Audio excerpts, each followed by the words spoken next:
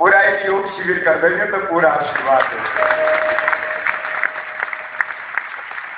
बोले भारत माता की। दोस्तों पूरा है भैया। इनके वालों की आवाज थोड़ी कम आ रही थी, लगता है थक गए हैं रहे। वंदे भारत माता की। और आज सभी संत चरणों में विनम्र प्रणाम करते हुए पूज्य महाराज श्री गोविंद देवगिरी जी महाराज, जिन्होंने जीवन के 60 वर्ष पूरी पवित्रता के साथ जिए। आज इस जगत में 2 पवित्रताएं विलुप्त सी होती जा रही हैं। एक अर्थ की शुचिता रही है। आज पूज्य महाराज श्री के चरणों में हमें ये कहते हुए गर्व है कि इस महापुरुष ने पूरा जीवन पवित्र है। और मुझे लगता है हम अपने जीवन में भी यह चरित्र की शुचिता, अर्थ की शुचिता अपनाई, जो गतिशीलता उससे लोगों के जीवन में निराशा, भय, अविश्वास और आत्मग्लानि पैदा हो गई।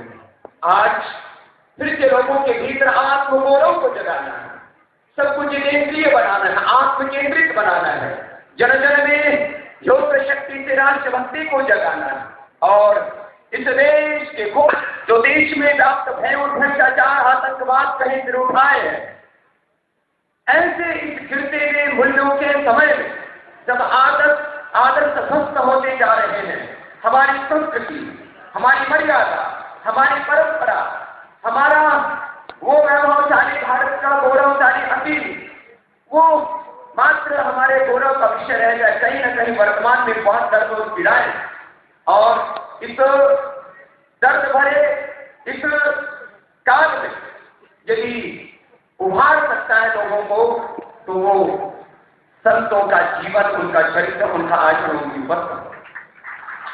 और आज धूलिया की धूली तो पवित्र हुई है, जहां संतों हजारों भक्तों की शांत उपस्थिति, बहुत कुछ यहाँ पे संतों के दर्शन से पाने की उत्सुकता।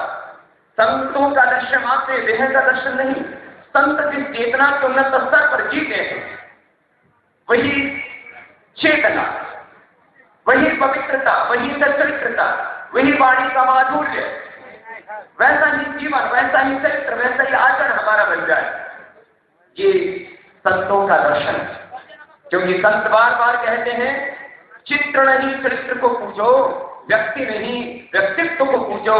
मुझे लगता है आज यहाँ से आप जाते जाते संतों जैसा निर्मल मन जीवन लेकर के जाएंगे, जीवन को धन्य बनाएंगे।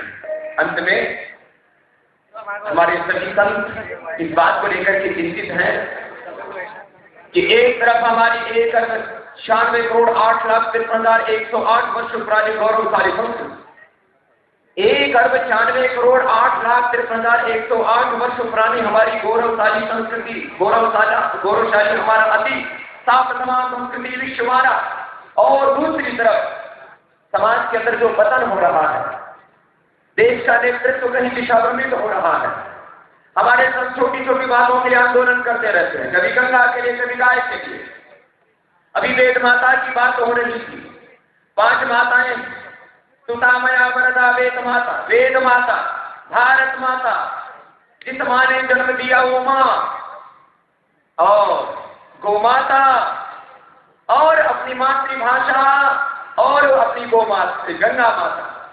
तो गंगा माता का भी जिस तरह से प्रदूषण हो रहा है, उसके ऊपर जिस तरह से बांध बनाए जा रहे हैं, गंदे नालों को, सीवरेज के पानी को डाला जाता है। आप आचमन नहीं कर सकते, जिस गंगा जल को पान करके मुक्ति की कामना किया करते थे, उससे आप आचमन नहीं कर सकते ना। गंदा पानी, उसके अंदर मलमूत्र के अवशेष रह जाते हैं। 2% गंगा जल 98।